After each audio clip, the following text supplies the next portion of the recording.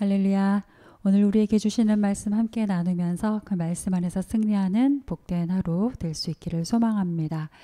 오늘 주시는 말씀은 열왕기하 20장 12절부터 21절까지의 말씀입니다.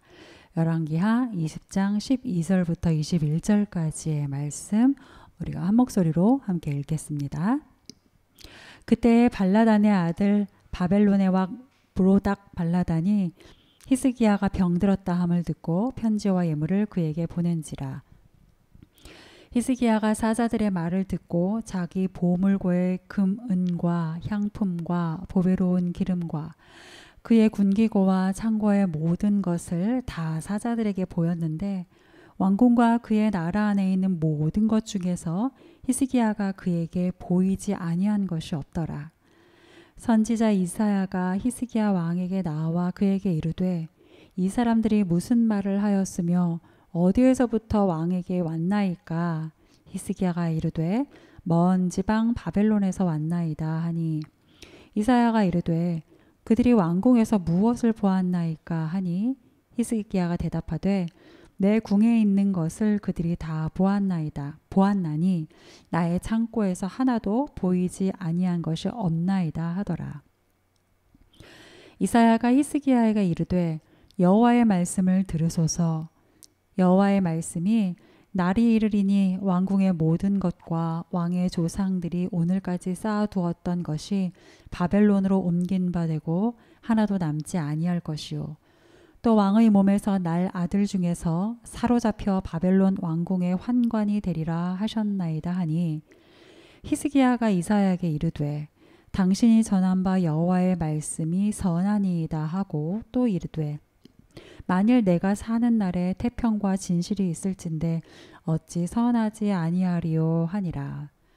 히스기야의 남은 사적과 그의 모든 업적과 저수지와 수도를 만들어 물을 성 안으로 끌어들인 일은 유다 왕 역대지략에 기록되지 아니하였느냐? 히스기야가 그의 조상들과 함께 자고 그의 아들 므낫세가 대신하여 왕이 되니라. 아멘. 오늘 우리에게 주시는 말씀입니다. 오늘 이 말씀 앞부분에 어제 말씀을 기억해 보면 히스기야 왕이 선정을 베풀었고 또 하나님께서도 선한 왕이라고 인정을 해주시는 그런 인정받는 왕이었어요. 그런데 그런 그가 병들어 죽게 되는 아주 절망적인 상황을 맞게 됩니다. 더욱이 그 때는 죽을 병에 걸리게 된 그때는 대적 아수르가 유다를 침공해오는 그 어간이었기 때문에 히스기야가 병들어 죽게 되었다라는 것은 비단 그 개인적으로 절망적인 상황일 뿐만 아니라 국가적으로도 사실 아주 큰 위기의 상황인 거죠. 그래서 히스기야가 절망 중에도 또 절망에 낭망을 더하는 중에도 하나님 앞에 나아가 기도를 하는 것입니다. 하나님, 제가 지금껏 진실과 전심으로 주님께 행하였습니다. 제가 주께서 보시기에 선하게 행하여 백성을 지금껏 다스렸습니다. 하나님 이것을 기억해 주십시오. 하나님이 이 기도를 들으시고 응답을 하십니다. 내가 너의 기도를 들었고 너의 눈물을 보았다. 그렇죠, 여러분. 우리 하나님은 우리의 기도를 들으시는 분이시고 또 우리의 흐르는 눈물을 보시는 분이십니다. 혹여나 눈물로 기도하는 상황을 지금 맞고 계실지라도 포기하지 마시기 바랍니다. 힘내시길 바라요. 또 하나님께서 말씀을 하셨어요. 내가 너를 낫게 할 것이고 내 날에 15년을 더할 것이다. 그러니까 개인으로서의 히스기야를 낫게 하실 뿐만 아니라 그가 왕으로 치리할 수 있는 기간을 15년을 더 허락을 하시는 겁니다. 그러고는 내가 너와 이 성을 아수르의 손에서 구할 것이고 내 종 다윗을 위하여 이 성을 보호할 것이다 라고 선포하시죠. 그러니까 히스기야와 백성을 두렵게 하는 아수르도 하나님 앞에서는 대적이 될 수 없다라는 것을 아주 강력하게 하나님께서 가르쳐주고 선포하시죠. 하나님은 히스기야의 절망, 또 백성의 절망에서 모두를 구원하시겠다는 이 놀라운 약속을 하시고요. 그리고 이 약속으로 인해 오래전 다윗과의 약속도 내가 신실하게 이루어갈 것이다 라는 하나님의 신실하심을 다시 한번 확인시켜 주십니다. 그리고는 이 약속을 반드시 이룰 것이라는 징표를 주시는데 바로 해 그림자가 10도 뒤로 물러나는 그런 기적과 같은 징표입니다. 우리 하나님의 절대 주권, 또 우리 하나님의 깊은 사랑을 다시 한번 아주 마음 깊이 느끼게 하는 그런 기적이요 징표죠. 하나님의 정말 백성을 향한 은혜의 깊이를 우리가 다시 한번 느끼게 하는 그런 징표이죠. 이 기적의 하나님이 오늘 나와 동행하는 하나님이신 것을 여러분 잊지 마시고 오늘도 그 하나님 안에서 승리하실 줄 하시기를 소망합니다. 자, 오늘 말씀은 그와 같은 이제 놀라운 기적이 있은 후에 히스기야에게 있었던 일이에요. 정말 전무후무하다고 할 수 있는 그러한 기적을, 그런 징표를 경험한 후에 있었던 일입니다. 그 기적 이후에 히스기야의 삶과 히스기야의 마지막에 관한 말씀이 이제 오늘 말씀이에요. 우리 12절 말씀 한번 다시 읽겠습니다. 12절입니다. 그때 발라단의 아들 바벨론의 왕 브로닥 발라단이 히스기야가 병들었다 함을 듣고 편지와 예물을 그에게 보낸지라. 여기서도 또 어제와 같이 그때라는 말이 시기가 표현됩니다. 히스기야 왕이 죽을 병이 들어서 하나님께 간절함으로 간구했을 때 하나님이 그 기도를 들으시고 낫게 해주신 일이 히스기야 제위 14년 이 어간이에요. 15년의 생명을 더 연장해 주셔서 총 29년의 제위 기간을 보냈으니까요.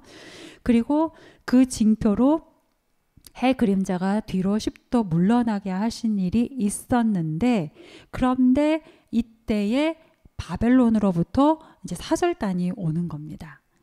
이게 당시는 지금처럼 뭐 교통이나 혹은 통신이 뭐 발달했던 때가 아니잖아요. 그러니까 이 소문이 전달되는데도 시간이 걸렸을 것이고 그 소문을 듣고 반응하여 오는데도 시간이 걸렸을 테니 이렇게 먼 나라 바벨론에서 이 소식을 듣고 남유다의 위문 사절단을 보내서 도착하는 데까지의 상당 시간을 고려해 본다면 히스기야 입장에서는 병이 다 낫고 기적 같은 징표도 다 경험을 하고 그 이후에 시간이 어느 정도 지났을 때 그때에 이제 바벨론의 사절단이 왔다라는 거죠.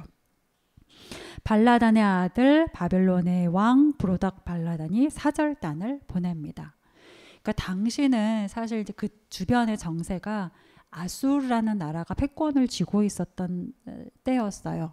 그러니까 당시에 오늘 사절단을 보낸 바벨론의 세력은 아직 그다지 크지 않았을 그런 때입니다. 그런데 그때 히스기야가 반아수르 정책을 펴고 있었는데 그랬던 그 왕이 죽을 병에서 기적적으로 살아났다. 그리고 해 그림자가 뒤로 10도나 물러나는 놀라운 징표까지 있었다라는 것을 이제 바벨론에서 듣고 나니 이제 바벨론 입장에서는 그런 히스기야, 그런 유다와 동맹을 맺어야겠다라고 생각을 했던 것 같아요.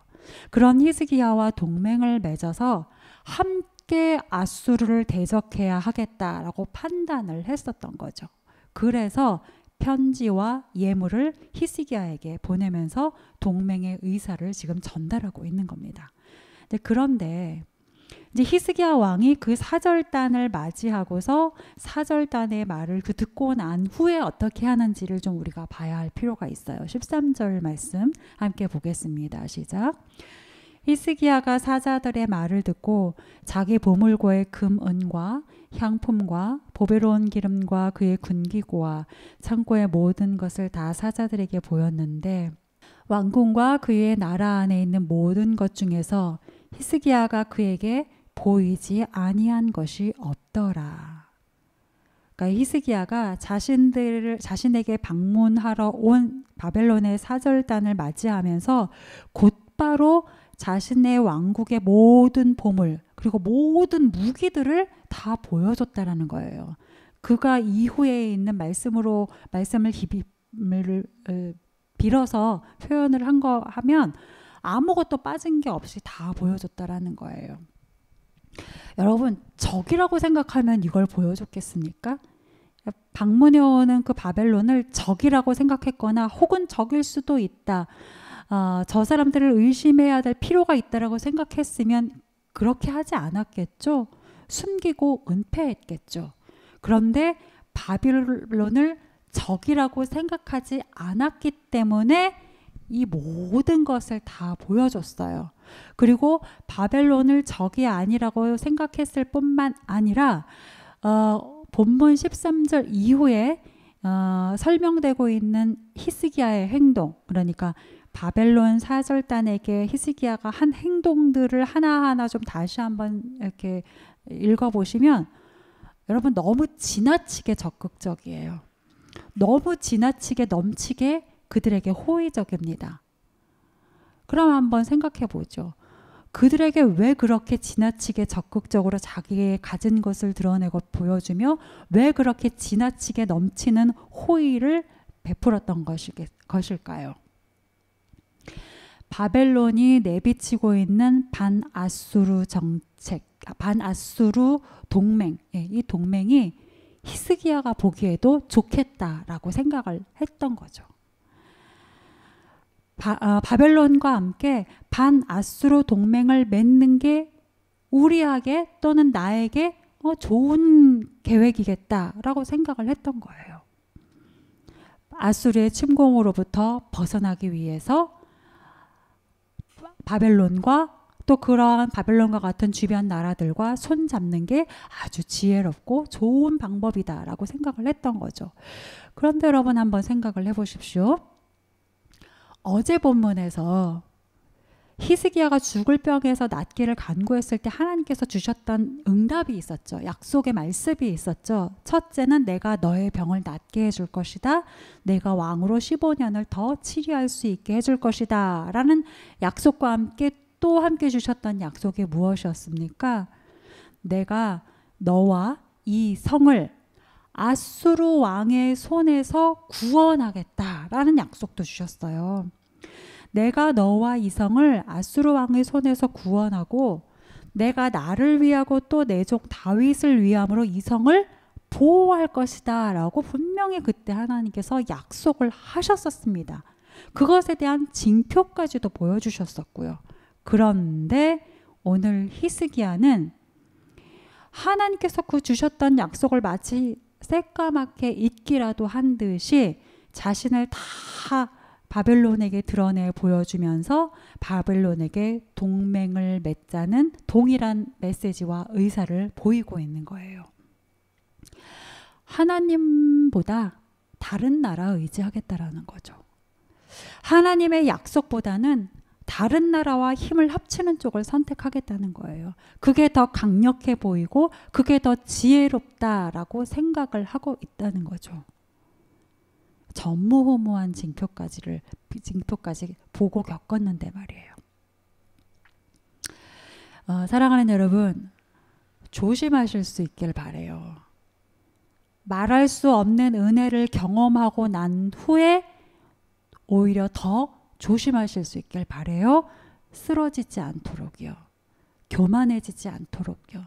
미혹당하지 않도록요. 기적을 경험하고 난 후에 우리는 더 조심해야 됩니다. 그 기적이 우리를 오히려 더 교만하게 할 수 있거든요.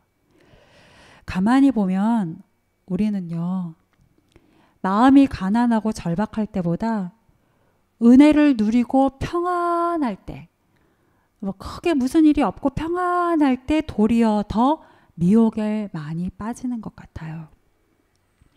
때로는 고난과 핍박 중에서보다 평탄하고 넉넉할 때 더 범죄하게 되는 것 같습니다.